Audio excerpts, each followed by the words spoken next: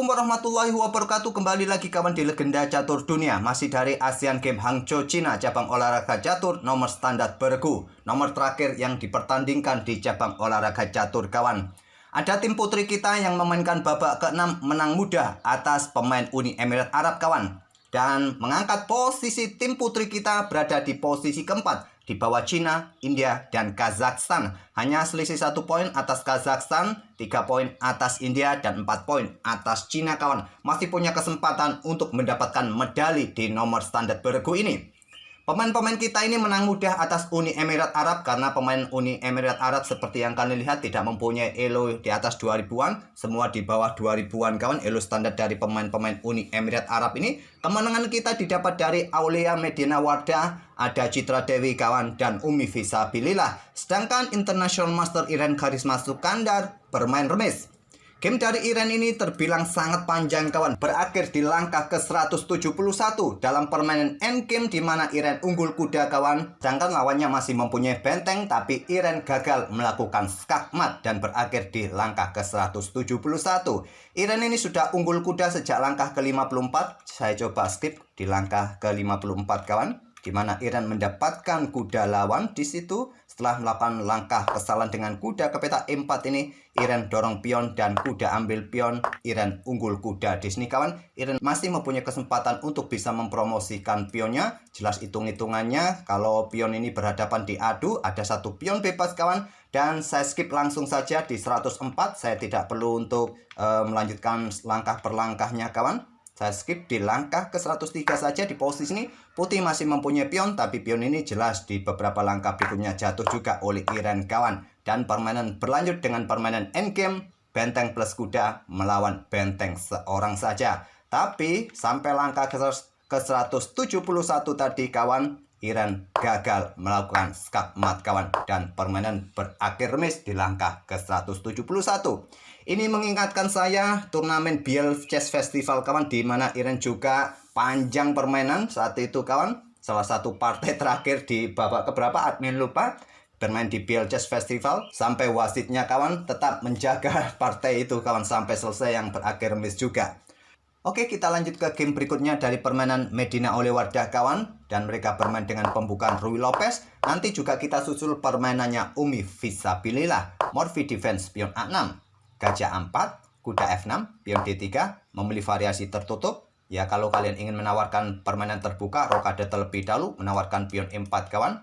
Bisa dilanjutkan dengan pion B5 ataupun gajah E7, tidak jadi mengambil pion E4 membuka Ruy Lopez.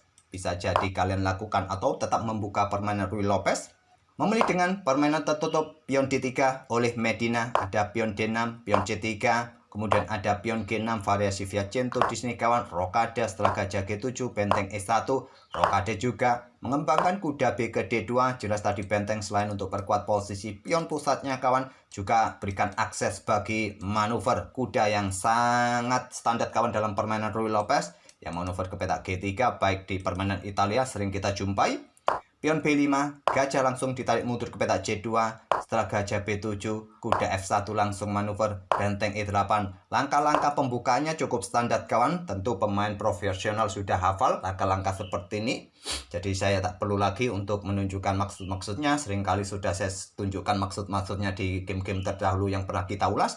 Bagi kawan-kawan yang baru ingin belajar tentang Ruy Lopez, saya sertakan playlist Ruy Lopez nanti di akhir permainan. Bisa kalian lihat semua video yang pernah admin ulas dalam permainan Ruy Lopez, yang bisa jadi bahan referensi kalian dari permainan Grandmaster dunia.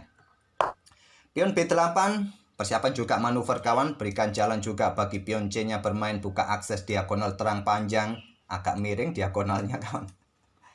Pion D4, dorong pion menantang pertukaran untuk mendapatkan penguasaan petak pusat. Juga segera buka akses bagi gajah di sini.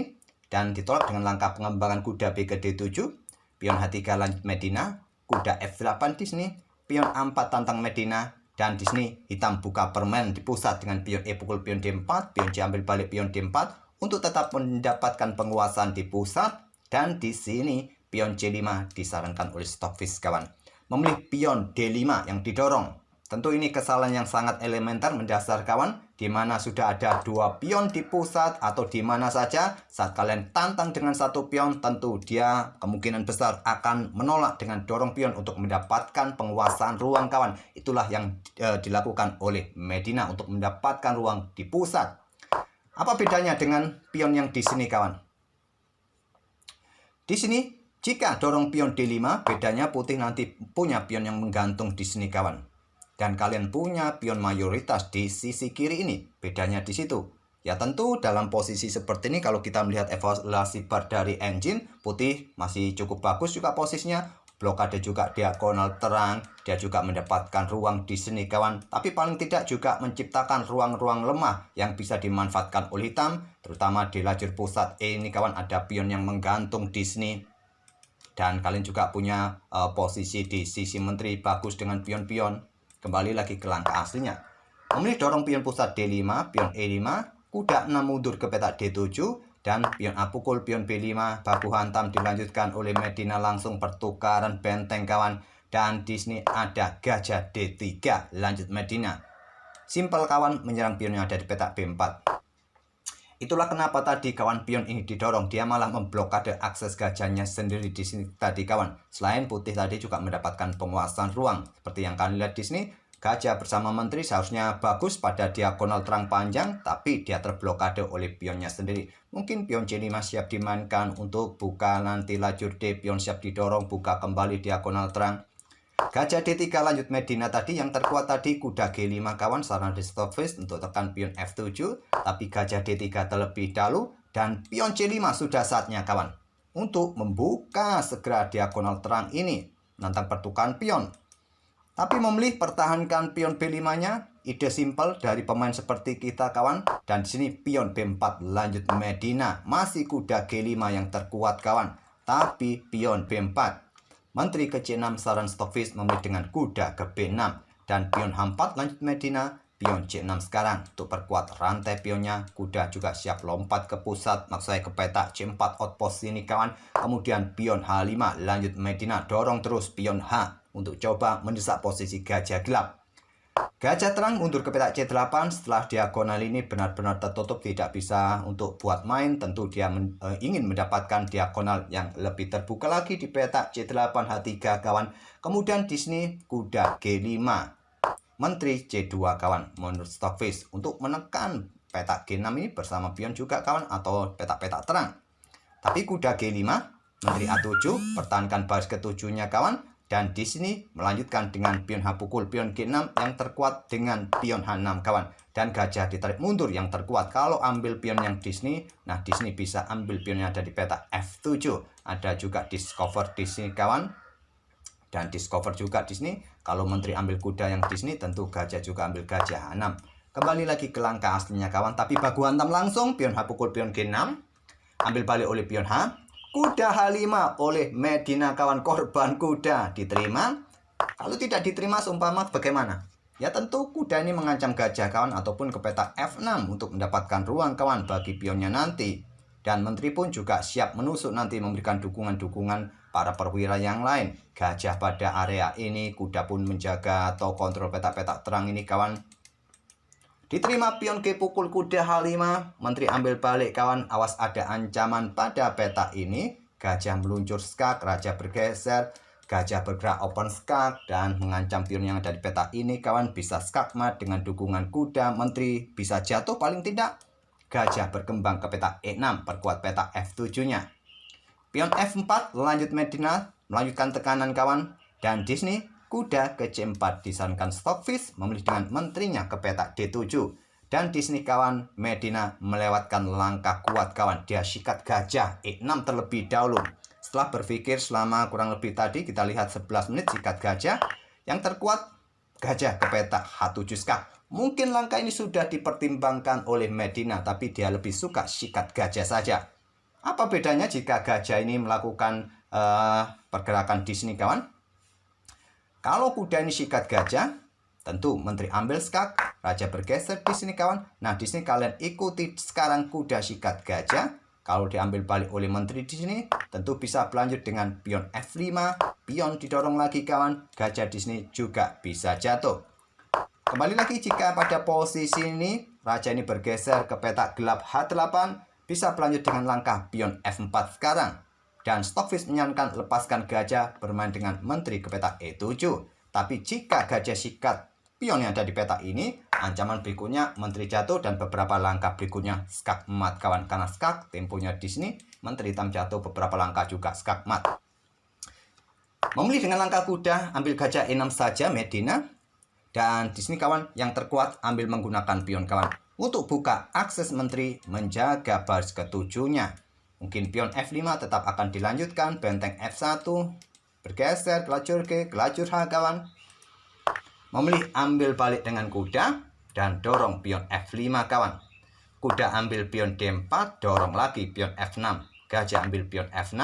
Di sini menteri melakukan skak terlebih dahulu. Tak perlu terburu-buru untuk ambil gajah ini karena benteng juga dalam masalah kalau sampai nanti ambil pion F6 ini. Ya, masih punya kesempatan untuk melakukan ancaman skak mat kawan. Kalau benteng ini pukul benteng terlebih dahulu, raja akan bergerak ke petak F2. Masih punya tempo untuk menyerang benteng di sini untuk mengambil kembalian benteng yang hilang tadi. Dan menteri bisa juga melakukan aksi di sini. Bisa skak mat juga kawan. Juga skak mat masih bagus, tapi memang yang terkuat menteri keluar ke petak H7 langsung skak raja F8. Di sini gajah meluncur skak raja ke E7, baru pion pukul gajah skak, raja memilih mundur kawan, diikuti benteng ke E7, ancam menteri kawan atau mengorbankan pion. Ditolak dengan langkah menteri keluar ke petak G4. Kalau diterima oleh benteng di sini, maka berikutnya ya pion ambil balik skak terlebih dahulu. Terserah ambil dengan menteri. Menteri bisa melakukan skak di sini, mendapatkan kuda di sini, dan putih masih mempunyai sepasang gajah nanti melawan kuda plus dukungan menteri. Putih masih bisa menang. Menteri hitam G4 dan Medina melanjutkan menteri ambil pion F7, kuda F3 skak, raja F2. Benteng bergeser ke G8 berikan dukungan menteri kawan.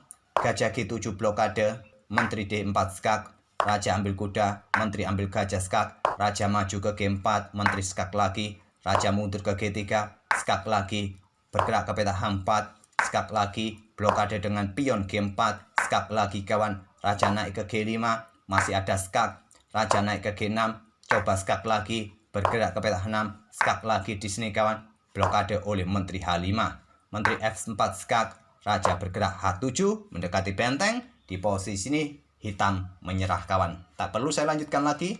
Sudah sangat jelas kawan, putih dalam posisi yang bagus. Dan posisi benteng ini pun juga tidak bisa lari lagi kawan. Oke, kita lanjut ke game berikutnya dari Umi Visabilillah yang pegang putih juga. Mengawali dengan pembukaan Inggris pion C4. Kuda F6, kuda C3 pion G6. Ada kuda F3 gajah G7 pion G3 juga balas dengan permainan Fiacento. Pion D6 gajah G2, pion C5 sekarang, pion D3, kuda C6, dan di sini ada pion A3 kontrol petak B4, gajah D7, rokade Umi, kemudian menteri bergeser ke C8 terlebih dahulu. Ide standar dalam permainan Fiacento untuk segera menantang pertukaran gajah Fiacento, sering kita lakukan. Benteng B1, gajah H3, gajah gelap G5, hitam langsung mendahului pertukaran gajah Fiacento, gajah terang kawan. Sekarang pion H6, gajah mundur ke D2 lanjut Umi, hitam rokade di sini, dan pion B4 tantang Umi di sayap menteri. Ditolak dengan pion B6 dan Umi dorong pion E4 untuk mendapatkan ruang kawan. Selanjutnya kuda bergerak ke D7 untuk buka akses gajah gelap di sini dan juga persiapan manuver ke pusat menantang pertukaran kuda sehingga nanti saudaranya juga menempati petak pusat E5. Pion B5 serang kuda, kuda lompat ke E5 menantang pertukaran. Ditolak mundur ke petak E1, persiapan juga bagi pion F-nya untuk ganggu kuda kawan. Dan juga untuk mempertahankan pion dari ancaman kuda di sini. Kuda F6, pion F4, kuda E mundur ke D7, menteri naik ke petak E2. Dan di sini kawan, pion A6, saran dari Stockfish untuk membuka permainan di sisi menteri sisi kiri. Pilih dorong pion E5. Tentu saja hampir seperti yang tadi kawan dalam permainan Medina, saat ada dua pion seperti ini, kemungkinan akan ditolak tantangan seperti ini kawan. Dorong untuk membuka lajur F dan mendapatkan ruang. Itulah yang dilakukan oleh Umi Visabilillah. Pion F5, tantangan ditolak kawan, menteri bergeser ke D8, kuda C2, kemudian ada benteng E8, Kuda manuver ke E3 untuk menempati outpost bersama saudaranya nanti untuk menantap pertukaran kuda dan nanti akan digantikan oleh saudaranya di peta D5 nanti ke depan.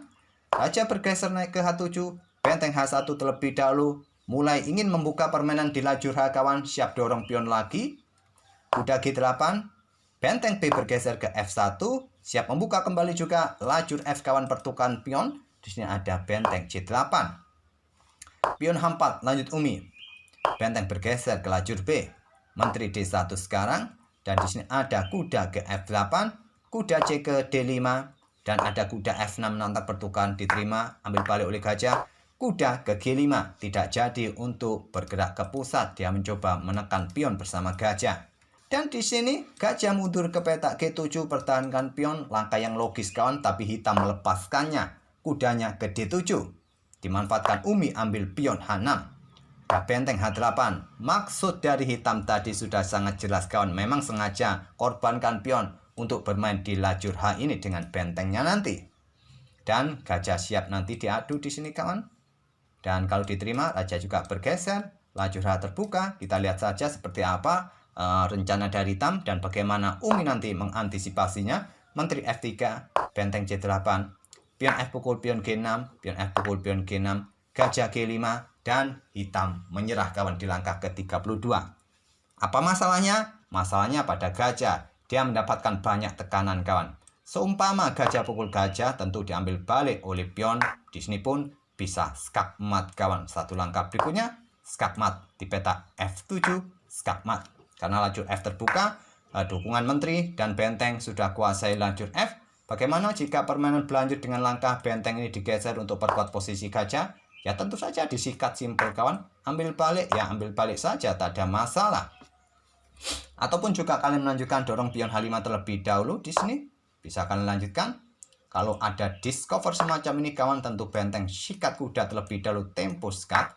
Ambil balik oleh benteng. Dan kalian bisa ambil menteri, maksudnya ambil pion dengan menteri. Beberapa langkah berikutnya skakmat kawan. Tak perlu saya lanjutkan lagi. Sudah sangat jelas. Di posisi ini posisi Umi sangat bagus. Dan rajanya pun aman karena hitam tidak diberikan kesempatan untuk melakukan counter attack yang berbahaya sedikit pun. Oke, itulah kawan 3 game yang kita ulas untuk hari ini. Tadi permainan Iren tidak lengkap kita ulas, hanya saya skip saja di poin-poin yang dimana tadi Iren sempat unggul, tapi Iren gagal untuk melakukan skakmat kawan. Sehingga permainan berakhir miss di langkah ke-171, sangat panjang. Oke, kita doakan saja game-game berikutnya tetap menang kawan. Masih ada 3 babak lagi dari 9 babak yang direncanakan. Sementara posisi kita masih mempunyai kesempatan untuk medali di posisi keempat. Kita akan bertemu di video-video berikutnya. Terima kasih. Wassalamualaikum warahmatullahi wabarakatuh.